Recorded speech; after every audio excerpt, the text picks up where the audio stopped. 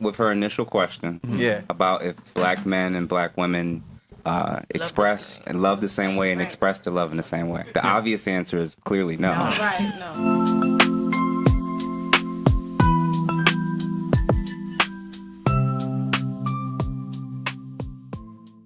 Jeff, Ask Brother Podcast. 10 years in, I want to say, a lot of experience as well. And trauma certified therapist. And tell them who you are. As you stated, my name is Jeff St. James. I recently started a podcast called Ask a Brother Podcast. Went trending, I believe, July 3rd. And from July 3rd till now, we've gained over 21,000 subscribers on YouTube. Yeah, so honored and grateful for the opportunity. It seems like there's a message that a lot of people are starting to resonate with. I think that they're kind of getting frustrated and tired with the whole dating arguments and gender war stuff. So I think we're at a space and point where maybe we can kind of mature the conversation where men and women can really feel like they're heard. And I guess I'm one of the people that people are starting to see is pushing in that direction. So we got a full cast and certified therapists, because we all need therapy here, right? I know I do, kind of. No, we all need therapy, definitely. So let's start off the topic for today, the current state of black dating globally. Jeff, take the lead. Okay. Current state. Yeah, so the current state is actually pretty dismal in terms of the black community specifically, but also in terms of Western countries. I think it's pretty obvious for people who've been paying attention. Divorce is pretty high. Marriage is pretty low. It's the lowest in our community. And there's a lot of finger pointing about why that is. So this particular episode, we decided that one half of the black community, black women, there's a lot of stereotypes about how you all are seen. There's a lot of negativity. There's a lot of, negative attitudes about how you're seen. And I think that this would be a really great opportunity first to give you a voice, to actually speak on how's it feel. Is it true? Is it false? Is it a hybrid of both? And then also us as men being able to hear your questions and also your grievances. And then hopefully we will even expound on, well, how do you feel about black men currently? And I think that if we can give space for that, you all will start offering it, and then hopefully you'll be open to hearing what it is that we have to say. And I do think that as men, when we don't actually ask for your opinions, when we don't actually ask for how y'all think, this is what ends up happening. It seems like we're just talking at you instead of listening. So my hope and goal is that this is just one of many podcasts to come where we start to shift how we see and talk to each other. And my lens is I'm not just talking to you all, and you all aren't just talking to me. We're talking to all the men and women that look just like us, and how we talk to each other shapes how people look at our community. If their women don't respect their men, if their men don't respect their women, why would anybody else respect us? Exactly. All right, so that's really the topic for today, and we'll go from there.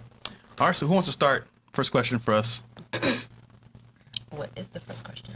Oh, it's your question. Your We don't know question. it yet till you ask it. Yeah. Oh, Okay. that. I have to take out my phone. My first question for black men is, do you believe black men and black women love each other differently, or are we just taught to express our love differently? Can you repeat the question? Yeah, no problem. Do you believe black men, I'm sorry, my voice cracking. Do you believe black men and black women love each other differently, or are we taught to love express our love differently? That's a good question. Thank you. Differently and compared to who? To each other.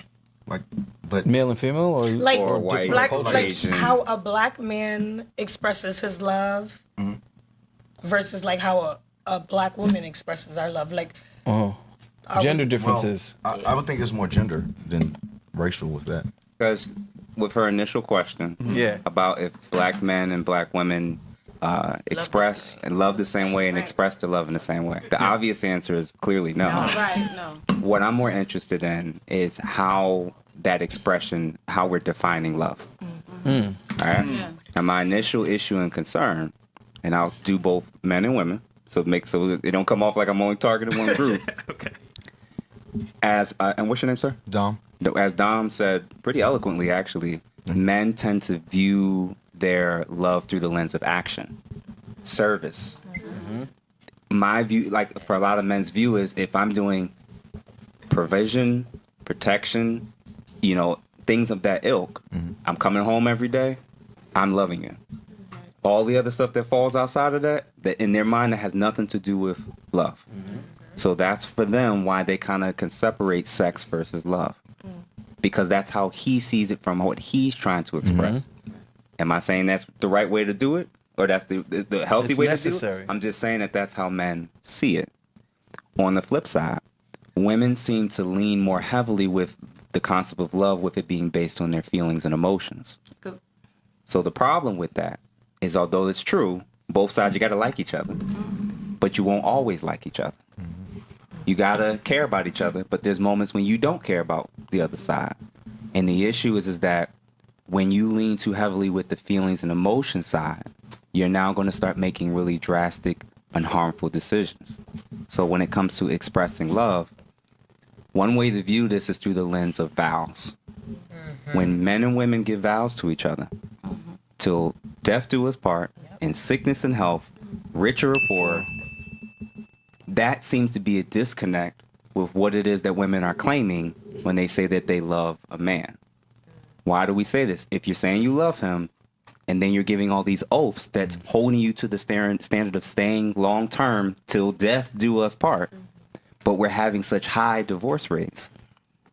We're seeing you all leaving, not necessarily just because he is or isn't doing certain things, or let's say he is not doing certain things.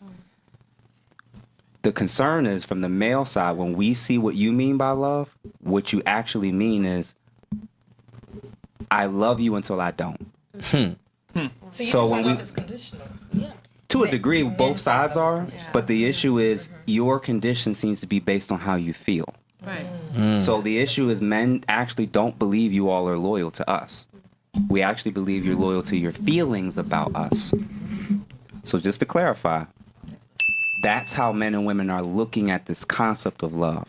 So when you're looking at Hollywood shows, romantic films that saying this is what love should look like, and it's not totally accurate. It's not real life. And you're comparing and contrasting not only to what the media is showing you, but also social media. Well, she got this ring. Well, if you really loved me, you would do this. Well, you should have been able to afford that. Or now you're basically saying, I can't even submit or love a man until he makes X. You didn't just come up with that on your own. So now your definition of love is not even just being led by your feelings and emotions. Now it's being led by external things that has nothing's actually going on between me and you. So I'm going to tell you what my personal made-up definition is right here in the moment. Yeah. Love for me is the ongoing commitment to stay, to serve, to provide, and to nurture. Period. That's love. Everything else we're adding are bonuses. The ongoing commitment, the intentional decision to continue to serve, to protect, to provide, and to nurture. That's love. So everything else we're doing when we're in and out of relationships and putting all these crazy lofty standards on each other, everybody can do that. But for me, I think that's a base foundational level that you can clearly see whether or not he's loving you or not. I can clearly see whether she's loving me or not.